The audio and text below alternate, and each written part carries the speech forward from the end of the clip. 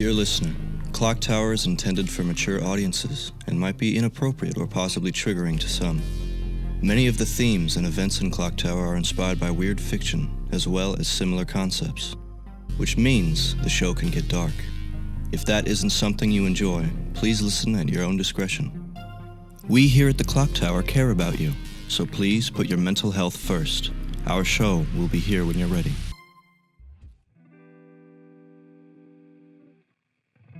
Welcome to Season 2 of ClockTower, a D&D 5e experience. To all our old and new listeners, we're excited to have you here with us. ClockTower is a D&D campaign turned audio drama, played with a custom class and a few house rules that we as a group collectively enjoy. If you find yourself getting a little lost, there's always older episodes to guide you back to the path. With all that said, I hope you enjoyed this episode, and welcome to the ClockTower.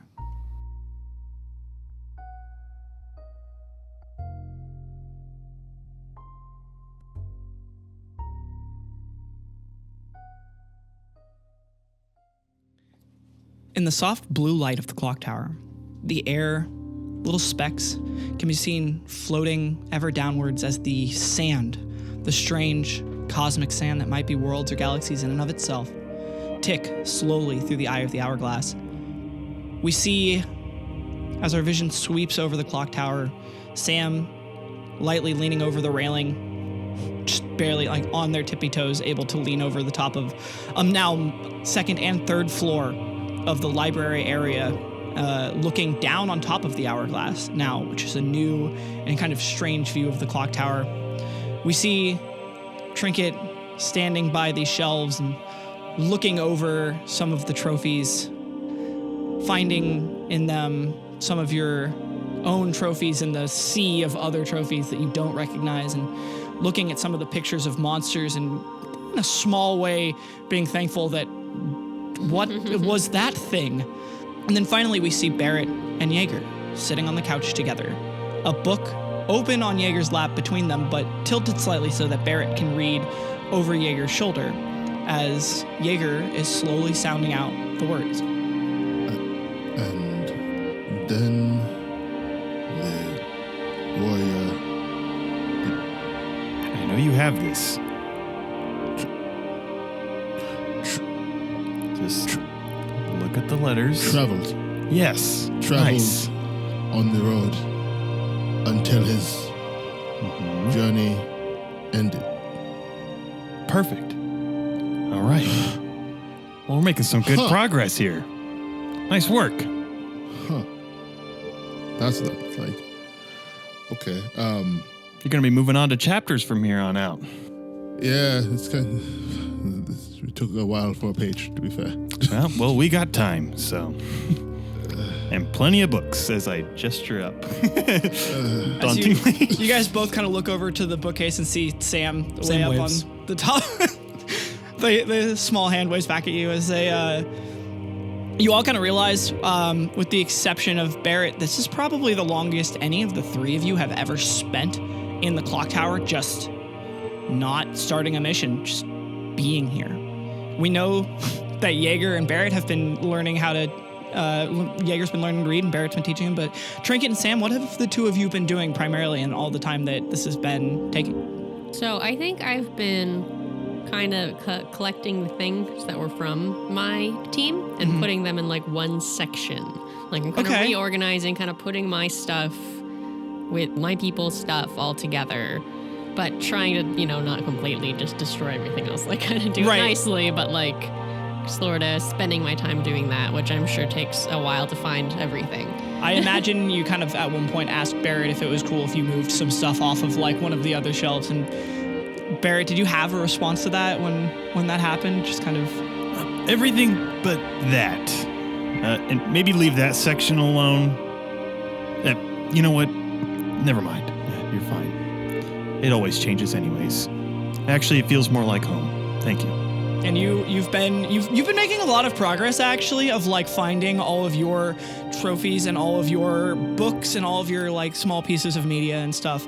And you've like You've kind of collected one, and you've been bouncing back and forth between, like, when you're tired of, like, playing the I Spy game of where the trophy is, you go over to the bookshelves and, like, scan those. It's a little bit more organized, and you can be like, oh, yeah, that one's mine. And at one point, as you're looking over the bookcases, like, you've walked away from the shelves as Jaeger is sounding out pages, and you go over to the bookshelves, and you see, as you're looking through books, and you're like, you don't recognize that book, you don't recognize that book, and then you see on the shelf, there is a small plastic device that you remember from a world that has a small hinge on it, and when you open it up, it's got a screen on one side and several buttons for you to press in a small grid below it. You immediately recognize it as one of the things your team and you found on one of your first missions. They called them phones, and you were able to take pictures with them and talk to each other and be able to communicate across distances for that world, for that mission. And it was super helpful. And you never really noticed before because you hadn't had a reason to organize the clock tower, but you see that phone, you think that this is not the one you were holding, but one of your family was holding. Okay, I'm gonna walk it over to the other stuff, but as I'm walking, I'm gonna open it and start looking through all of the things on the phone.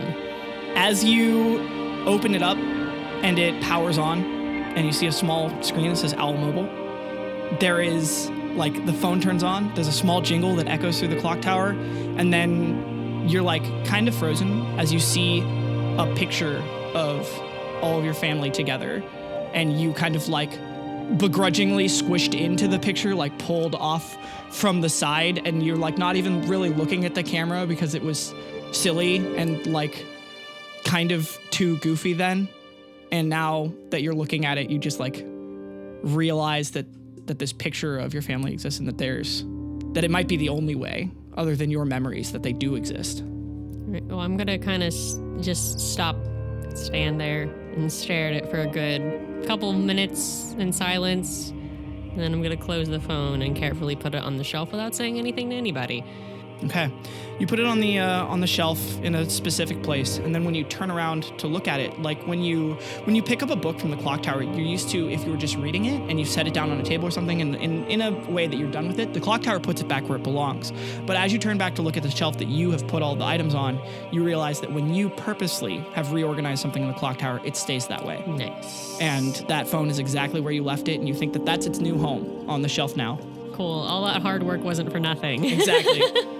Sam, what have you been doing in all this time? So, as much as Trinket has been kind of organizing things to a section, Sam has been kind of not intentionally disorganizing things, but going through and just pouring through all the books, all the information, looking for anything on fairy tales. If the clock tower didn't automatically sort everything back, it would be a mess. Piles of stuff. Oh, huh? absolutely. Yeah. Okay. Like, Sam's running through with, like, 3 books under an arm, setting them down, realizing they're gone, forgetting about it, grabbing a new book off a shelf, putting it somewhere else. Okay. So Sam leaning on the railing then is a small moment of peace in the chaos that Sam has been just, like, hoarding over all of the old things, huh? Mm-hmm. I like to imagine that the reason why Sam can actually look over the railing is they're standing on a book. Okay. As you're like standing on the book, looking over the railings, you're just like, and you, like, wave down to Jaeger, and you're just like, there's something, like, really familial and proud when you hear Jaeger finally get through the page he's been working on for however long you guys have been in this clock tower.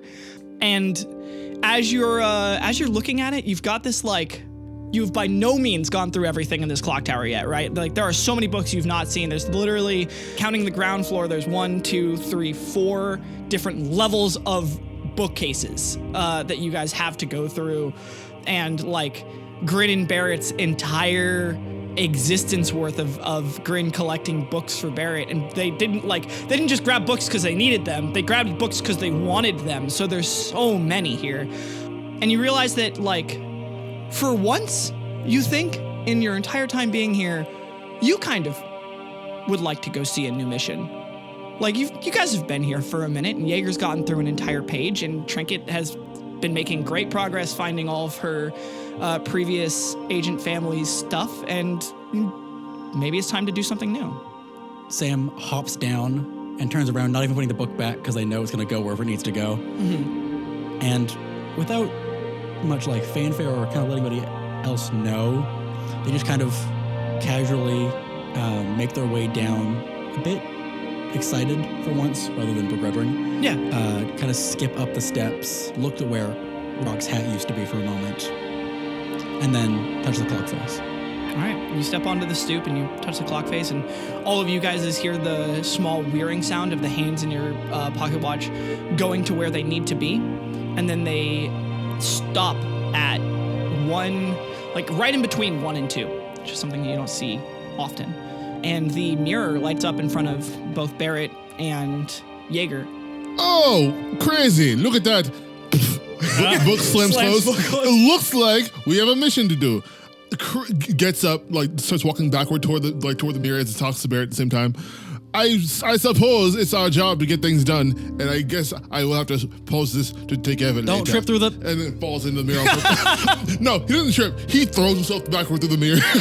Just gone.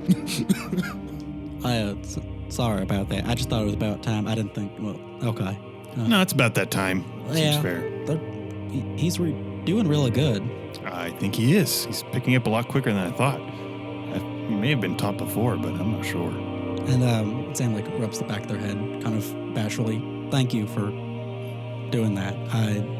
It was something that we always wanted to do, but never really had time, which kind of sounds ridiculous now looking back on it, but... Barrett just rolls his eyes. Yeah, right. I understand. Time. I get it. Yeah. Well, anyways, I'm going to go through. Thanks. After you. Sam steps through the mirror. Barrett's going to look down at his coat and rip off the tiny little tattered end of his long coat and open up the book that was just slammed and put a little bookmark in there. Okay. And close it gently. And then look to Trinket. You ready? Ready as I'll ever be. All right. As I dust myself off and walk through the portal. Okay. I also walk through the portal. Excellent. As soon as you guys walk through the portal, as you're all standing side by side, shoulder to shoulder, you're immediately met with almost the startling amount of loud, liveful, like jazz music that is being played live that like you can see ahead of you. There is this, you're like standing up a little bit because there's a small staircase that goes down, like maybe 5 or 6 steps into a lowered area with a bunch of tables and chairs and booths all around, and there's a stage at the other end of the room that has a bunch of live music being played in a nice jazzy way. And as you guys are all standing there, there is this girl in a sort of New York-esque 1920s-esque like flapper girl outfit, but her hair, other than being a normal like bobbed sort of flapper girl haircut, is bright blue. And she looks over and goes, "Oh, I'm sorry, I didn't see any of you. Could I get you a seat? I think we have a booth open that could fit 4. Are all of you together?" And as all of you look at each other, what are you all wearing? Barrett's going to be probably wearing some greasy looking like thermal shirt that's rolled up at the sleeves and is overstretched and incredibly underdressed for this occasion. I know, and has suspenders over and like those like pants that come up to your like almost to your belly button. Do almost. You still have your bowler hat? Oh yeah, absolutely. Yeah. Definitely look like more of a working man who probably needs a shower. Okay. Sam also looks kind of out of place, but they look like they just stepped off of a theater stage. They look as if you like took a 1920s theater interpretation of what like a news person should look like. Okay. Like a newsboy. But they're like really wearing exaggerated makeup and everything is a little bit too clean, like too exaggerated. Okay. And they look very stunned currently. All right. Jaeger. Jaeger looks to be wearing what looks like almost like a military-esque like set of fatigue pants and boots with like a tank top and like a closed jacket, like almost like a dress jacket. Yeah. However, his hat doesn't look like a military cap. It looks like it's almost like a mobster cap with like a feather in it. Okay. Yeah. And he just kind of stops, looks at the hat. What color is the hat? Oh, it's black. Okay. But like it's the feather itself, bright purple. Oh, sick. Like pulls the hat off, looks at the hat, looks down at his like grayish, like black, like fatigues, and goes, and just Okay. lets it happen. Trinket, what about you? My outfit's simple. I just have like black pants, like a gray like button-up vest, and a white dress shirt. Okay. Like with some of those nice shoes that are white and black. What are they called? Yeah, I don't know what Like a they're nice called, but I wingtip know shoes. exactly. Yeah, Yeah, some wingtips, nice yeah, wing- yeah. mhm. Yeah. Classy. All right, and as you all are dressed for this current occasion, do you take the nice hostess's offer of being seated at a booth? I'm going to check my pocket watch really quick. Barrett, Casually. as you check your pocket watch, you realize that the time is set at 1 halfway between 2. And the thing about that is that the hand, the like minute hand that is usually counting down, is counting up. And as Sam, you see Barrett check his pocket watch and look at it with a like the same way you would look when like you get one of the worst jobs ever and like your heart sinks and you look at it and you don't really understand what the fuck is going on. And then Barrett, you know immediately that this is a multiple job mission. There's more than one thing you have to do here. And the fact that it's counting up means that something is going to happen but hasn't yet. And for whatever reason, the clock tower had to send you to this moment. You've been on a few missions like this. These missions do not have a time limit. But as you learn from your most recent encounter, just because something doesn't have a time limit doesn't mean that you could just stay there forever if you wanted to. The clock tower always has some form of consequences when the mission is purposefully not being done, but you guys have as long as you need here, and something is going to happen when that hand hits 2. Gotcha. Okay, well, I'm just going to assume that some of these newer agents haven't come across a mission like this because they don't happen all that often, I Throughout assume. all of your time, you and Gran were probably on like 5 of these. Jeez. All right, so these are freaking unicorns. Yeah. All right. I think it's wise to probably sit down. Sam is peering over at your pocket watch. Oh, okay. Yeah.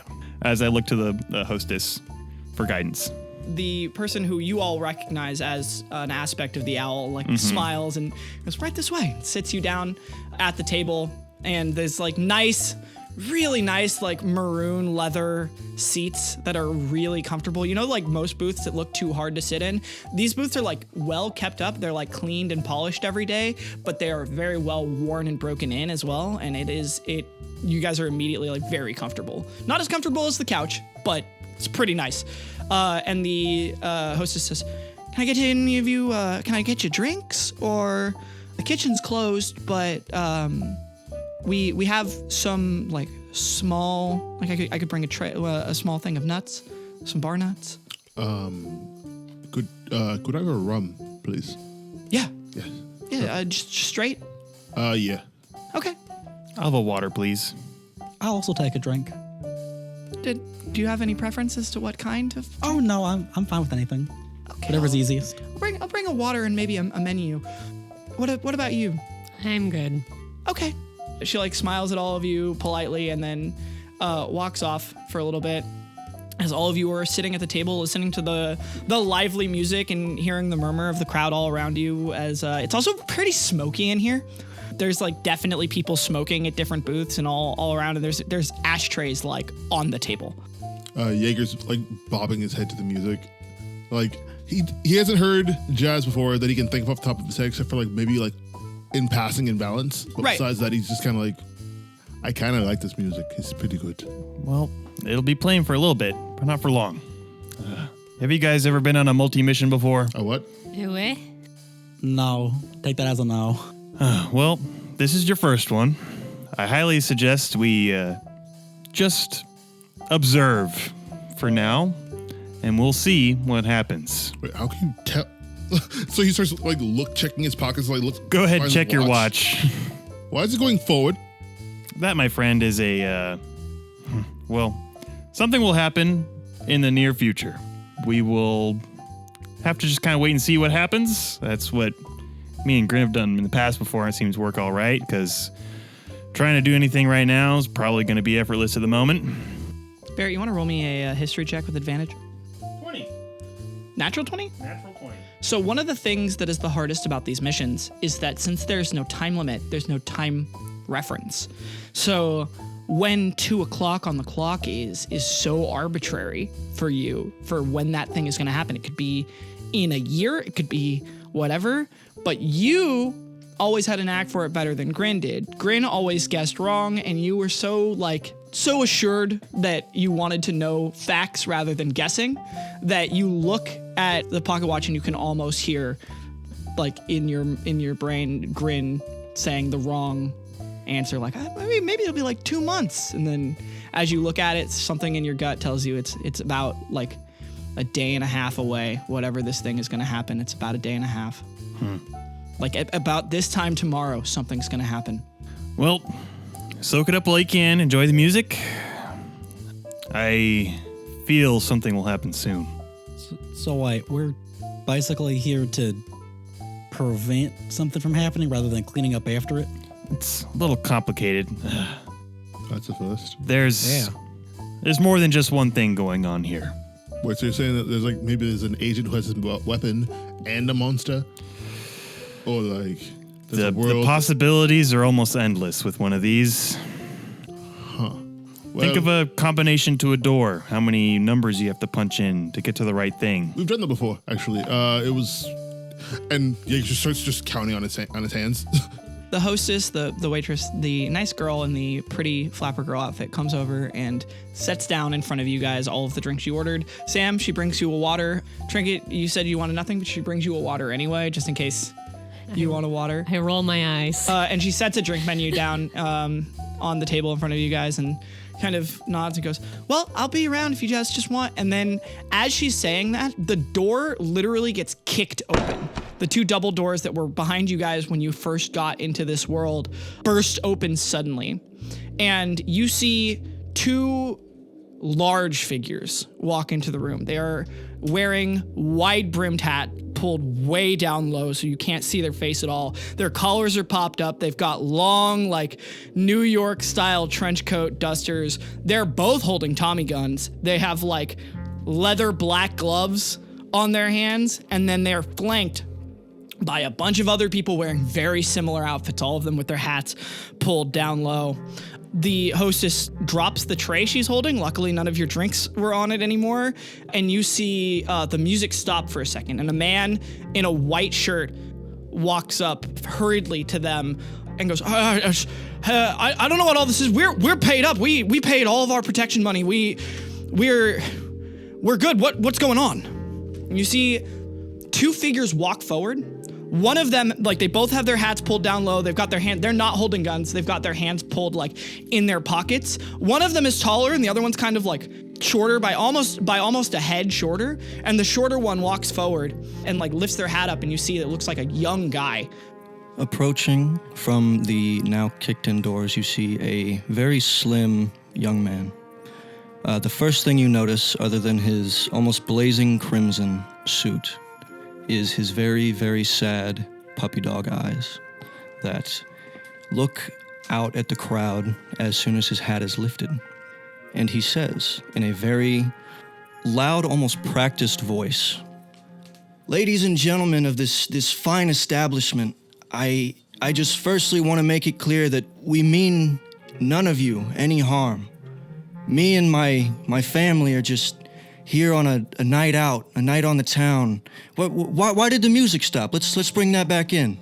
As the music starts playing, 4 guys in the suits start walking over towards the band aggressively. The new show, the talent approaching the stage is, well, they're the Rattling Boys, and they are the best band in town.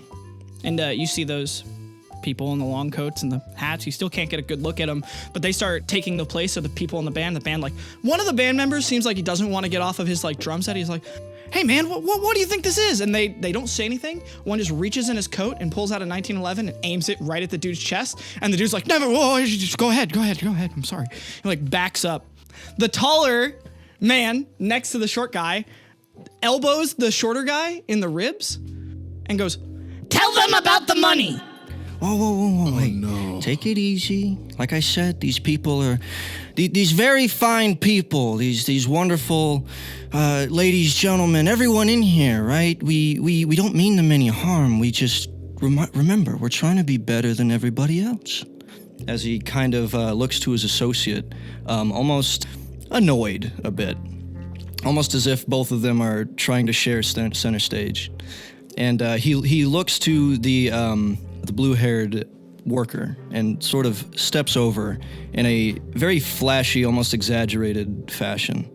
And as he approaches, he looks to her and says, "Pardon me, could I get a drink?" Yeah, what can I get for you? Oh, how about something as nice and sweet as you? Sure. And she goes over to the bar, and then the tall one goes, Play the music! Make it happen! and then all of a sudden the lively jazz music starts playing a different song that you kind of, Jaeger and Sam, you both kind of recognize. Sam, that's not who I think it is it? If you cannot tell this person immediately by the tone of their voice. I was hoping it wasn't. I felt very sad last time we saw them, and I was like, oh no, they're gone. Whatever will we do without them? As the dude in the white shirt, the manager of the club, he goes to start walking up to the short guy and being like, "Hey, who do you think you are? You can't just walk in here and act like you started running the place." Hey, whoa. It sounds like there's a lot of hostility towards me and my family, and it's very not appreciated. But it's understandable because, you see, from my understanding, you have a deal with some people. Some people that force you to give you your hard-earned money and wages and things like that. But you see, I am a fair man, so I'm actually here not only to give my family a nice night on the town, but I'm also here on business. As he kind of looks to the fellow in the white shirt and says, "Consider yourselves under new management of the Heartless Mafia." As he says that, the tall one takes off his hat, and you immediately both recognize that the man in the tall coat is a skeleton, and he goes, That's right! You all belong to us now! You're all part of our gang! Everyone in this club! You answer to the Heartbreak... What is it? Heartless? The Heartless Mafia. You answer to the Heartless Mafia! And me! Skeleton Boss? Skeleton Boss? Is that what I am now? Yes, skeleton boss. I'm Skeleton Boss! Barrett just rubs his face with such pressure and annoyance. Jaeger's pinching the bridge of his nose and just sort of looking down, acting like it's not actually happening, and then just takes his rum and just downs it, all of it. You guys see one of the other coated figures walk up to Skeleton Boss and lean over and they're not talking quietly, so you can kind of hear them even as the music is going. And he goes, Sir, would you like me to go take all the names of all the people in the club so that we can add them to our many lists? As he turns and goes, I think that would be... Wait, is that a good idea? Is that... Donnie, is that a good idea? Oh, I think that's a wonderful idea, actually. I think if we have a concise list of everybody that works here, if something happens, we would know. I think so. Yeah. Yeah, then we'll get their home addresses. Because then we'll know where they live and we can make them swim. If we need, that's what you were telling me, right? If anyone crosses us, we can make them swim and it'll be super cool and hard. Just something like that. Yeah, it's a good start. Yeah. All right. Note taker skeleton or note taker. Let's call them notes. No, you notes. You go take everyone's name and home addresses and how old they are and their favorite color. All of those things. Sam is looking dejectedly down at the menu. I just wanted to try mint julep. Is that a fucking skeleton? Oh, you lucky. Do you guys know this skeleton? I thought everyone too knew well. the skeleton. What? Well, I believe Jaeger and I are acquainted, but I think Barrett and Skeleton Boss now are long-standing acquaintances. The notes comes over to your table and looks at all of you and looking at the notepad, it goes, Please recite for me in order. as he points to Trinket, who's the first one closest to him. He goes, Your name, home address, and favorite color. Pause. Yes. Pause. Trinket, pause. No ticket skeleton. What are you doing here? It's you, It's me. sir. We have a thing. Skeleton King and Donnie both reply at the same time, being like, Yes. What's going on? Wait, do I take this one or do you take this one? You seem busy here. I'll go deal with it. Okay. I'm gonna keep. I'll be here. Just a reminder, everybody, we are here just to conduct business. Please go about your night and please comply with my family. And just know that we intend to treat you a lot fairer than those who you might have had deals with before. And remember, we as a family, we are we're bound not by blood but by bone. Thank you. as you... Donnie, as you go over to the table, you look at some pretty average people sitting down. You don't really see anything wrong with them. As Notes goes, It's the guys. Hey guys, could you just please list your Why did you encourage them? Pardon? Why did you encourage them? They're my family. Look, we've spent a lot of time around these guys. They're great, I know, but Sir, Donnie. Yes, Notes. These guys. They. You remember the clock people we were telling you about that might be a problem at some point? These are the clock people. These are the special government people. Yeah, they come. Yeah, that's the government of. Are you guys everywhere. here for taxes? No, they're not that. We tried. It's You know what, sir? Listen. Oh no, it's fine. Leave him. Let him do his thing. Yeah, I'm vibing over here. I've got you. Someone bring me a drink. Listen, if you guys are here to try and encroach on our territory, understand we are currently doing a business transaction. If you have business with me or Skeller Boss, perhaps we get to that after we're done with our business. Did I hear you're encroaching? Is someone encroaching? No, Tony! as the largest coated person goes, is that the fucking Minotaur?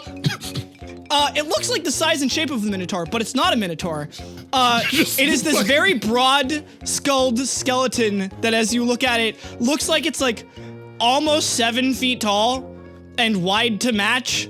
And Jaeger's eyes just fucking squint as he just stares at this one that looks like a fucking Minotaur. I feel like this is a Minotaur. Can I have just a quick moment? So if they are all skeletons, right, and they're wearing these suits, do the suits just kind of fit their skeleton form?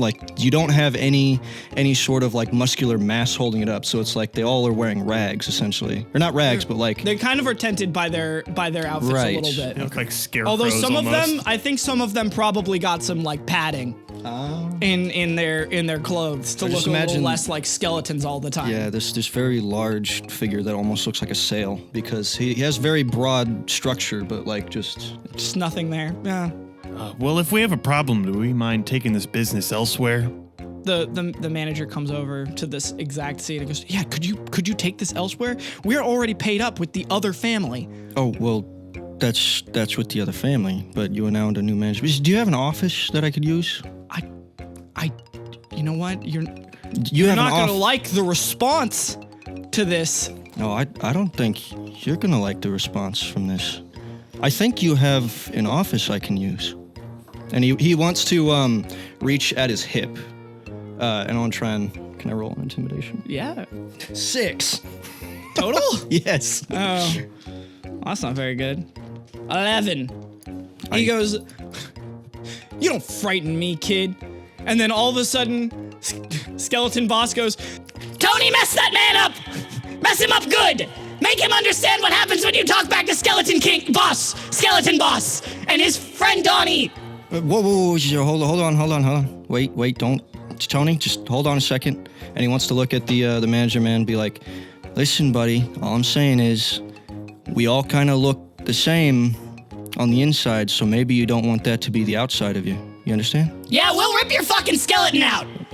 And then we'll make you dance! See, that is what I was getting at. Yeah. See, it's you gotta be a little more clear with your threats, because some people don't understand things when you say them up front. Like, I didn't really understand. You know what? It's a whole thing. Anyway, wait a minute. I'm gonna look at the manager and go, he's actually right. They will rip your skeleton out and have that just be a thing. Donnie, these are the boys that I was talking about. These are my guys. My clock guy. Well, not this one. You, I remember. You're a jerk. Where's your nice friend? I liked the other one. And where is my best friend? Where's Rock? Just fucking... He was like super... We were like bros last time. He killed me a little bit, but that was fine. Mr. Manager Man, where's your broom closet you call an office? Can we just move this on, please? She looks so insulted on like 4 different levels. Fine. Yeah, you can come. It's just this way. And he like points to a door in the back as he goes like... Is Rock like somewhere else? Is he like outside? Is he having a smoke? I could smoke with Rock. I think I've got it. Think I can do it. Please don't waste any more of my cigars. I'm really getting the hang of it though, I think it would be good. I think he would like it. Why are you looking at me like that? What's going on? Sam. Hey, do you guys want to be part of the gang? Sam leans over to the note taker skeleton and goes, "That Samantha Tower, Lilac. Thank you. Rock isn't here right now, but we can talk about it in the office." Oh, we gonna go to the office? Okay. I'm gonna take some of this. And Skeleton King like reaches over to a different table, grabs one of their fucking open bottles of wine out of the bucket with the ice in it and goes, This is good wine. and he like turns the label so you can't see, so that you cannot reference whether or not he's correct. He goes, let's go to the office place. Boy, keep playing the same song. Or play that one we learned in that one town, and not the other one, the one where they had like one good song. You can play that one. That one would be cool. But don't sing, because all of you are terrible, except for the 3 girls who say my name, but that's all they know how to say, and those lyrics involve more words than that, so we're just gonna... If you all would please follow us to this broom closet, thank you. As I get up, can I scan the room to see where our waitress just went? She went behind the bar. She's talking on the phone right now. Great. Okay. How far away is this bar? Is it very across the room, probably 30 feet. Oh, okay. Noted. As I look toward this broom closet. It's also across the room, right next to the bar. So you guys are like convenient. passing that way. As you guys are passing that way, do you do anything on the way, or do you guys just get to the office? As Sam passes by the manager, they tug on the manager's like a sleeve, like or pant sleeve. Hi. Could I also get a mint julep? I saw on the menu. To the office. That'd be really nice. Yeah, I guess if sure, we'll send one into you. He looks very annoyed, as if he's like, now he thinks like you guys might be working with these guys, and these guys are like really rubbing him the wrong way. So, and there's skeletons, which he seems to like be kind of okay with for some reason. I looked at Donnie, I think his name is. Yeah. Excuse me, Donnie. Hey, how you doing? You mind if I tip my waitress before we conduct our business over here? Oh, you know what? She's my waitress too. I'll come with you. She was making my drink. Yeah, come on, let's go. Great. Hey, Skeller boss, we'll catch up. I'm gonna get a drink. Do you want anything? Yeah, I would like a whole bottle of whiskey. All right, you got it. I think I've got drinking down too, so I think it'll be good. It'll be good for us. It's so good, it goes right through you. Yeah, it does. Well, and then hopefully, I think I've got the angle down so that it doesn't hit all of my clothes that we're wearing. We're wearing clothes now. I know, it's very put together. I have a pillow in my rib cage. Cozy. It makes it so that it doesn't like do this thing where the clothes get caught in the middle of this belt. Kind of works with the pillow there. It's kind of, and I think if I hit the pillow directly with the whiskey, it'll be fine. Wouldn't it just soak the... Never mind. Hey, why are you wearing Rock's hat anyway? We should go into the office. All right, we'll go into the office. Yeah. And are you a clock boy? Well, you're a girl, clock girl? Clock lady? Okay, cool. That's cool, I'm hip. I'm hip to the clock people ways. As all of you go into the room, as Barrett and Donnie both walk up to the waitress who is currently talking on the phone and goes, yeah, there's a lot of them. And she like sees Donnie walking up and hangs the phone up real fast. Yeah, there's a lot of us, so you should probably get started on those drinks. She nods and starts making the drinks, and the manager like leans over and goes, 1 mint julep, and then like looks towards where everybody else just went into the room. She goes, oh, okay. She starts working real hard on all of those. See, I know how this must look. What was your name? Barrett. You can call me Barrett. Barrett. Well, Mr. Barrett, I know how these things, everything must seem, but believe me when I say that we're trying to do a good thing here. Right. From what I understand, you and your little kin, you're not from around these parts? I'm from every part, sir. Oh, okay. Mr. Experience, well-traveled. Well, that's good. So you'll probably be familiar with the situation happening here. There seems to be a sort of a power struggle in this fine town of ours, and I'm trying to liberate these people, but my family, they're very they're very stuck in their ways. As you can see, they've been through a lot. So they do things the only way they know how, which is very aggressive and loud. Yeah, I'm aware. I can guarantee you they're never going to change either. Okay, well, I personally believe that people can change, actually. It's actually rather offensive. You see, I was a lot different when I was younger, but I grew up to be this great person with this wide family, despite what people may have believed, but here I am.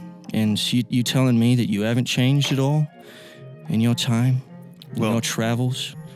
I know me personally, but Skeleton Boss over there, all he does is change his surroundings. He never changes anything about himself. I think you're just judging him based on the past, which, maybe you look a little deeper under that very fanciful coat of his, and maybe you'll see him in the same light that I do. I've seen him in many lights. Always leaves the same taste in my mouth. Well, how about you give him the benefit of the doubt? You know what? You and I just met, and I'd hate to start things off on the wrong foot. So, and if it, for whatever it's worth, he gave a guy like me a great chance. So maybe, just maybe, set aside your differences that you may have with him and understand that we're trying to do something good here. What exactly kind of chance did he give you? Well, you see, hey, how's my drink coming? I've got your drinks right here for both of you. Thank you very much. I appreciate it. And he wants to take out the local currency, a literal stack, and just like... As she looks at the money with disdain that echoes the many times you've put a ClockTower coin on the table in front of the owl. She grabs the stack of money and looks at Donnie and goes, thank you, sir. Of course. And he can have whatever he needs. It's on me. Like another water, please.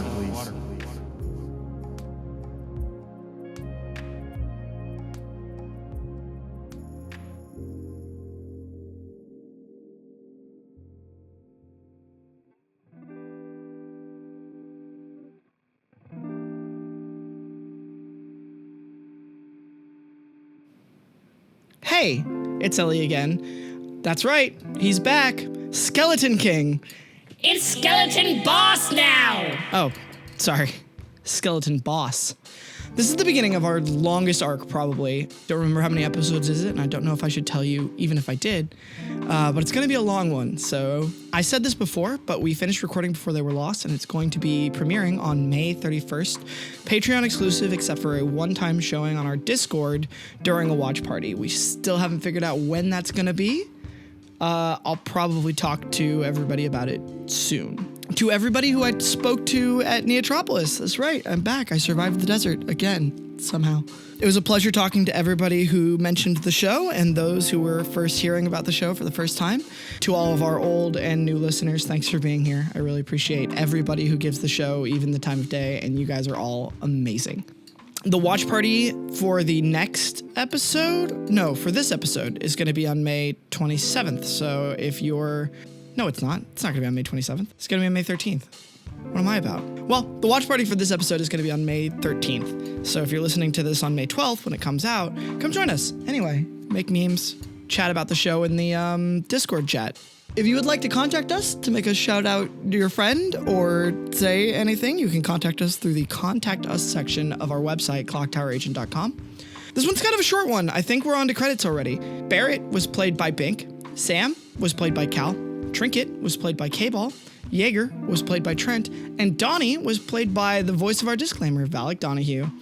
And I, Ellinthris, as always, was your DM. As I just said, the voice of our disclaimer was Valik Donahew. You can check out his work at patreon.com/themadlanddreamer. All music from Season 1 of Clock Tower and reused in Season 2 of Clock Tower was made by Who's Music. If you would like your own D&D songs commissioned, you can contact them and find all of their work through linktree.com. It's not .com. And find all of their work at linktree/whos.music. Or find it in the description below. I flubbed that like 50 times. Thanks, Who's. Mint Julep and Bone in It were two new songs created for the show by Cal and Andrew. Thank you to our editing team and Cal for making the episodes what they are. Thank you to our sponsor, Alpha Lupine Images, for donating the equipment to help us make more content with better quality. And thank you again for listening. Season 2, Episode 11 will be out on May 26th. Or for those in our Patreon tiers of $15 or higher, it will be out on May 19th. Till then, time's ticking. See you in the clock tower.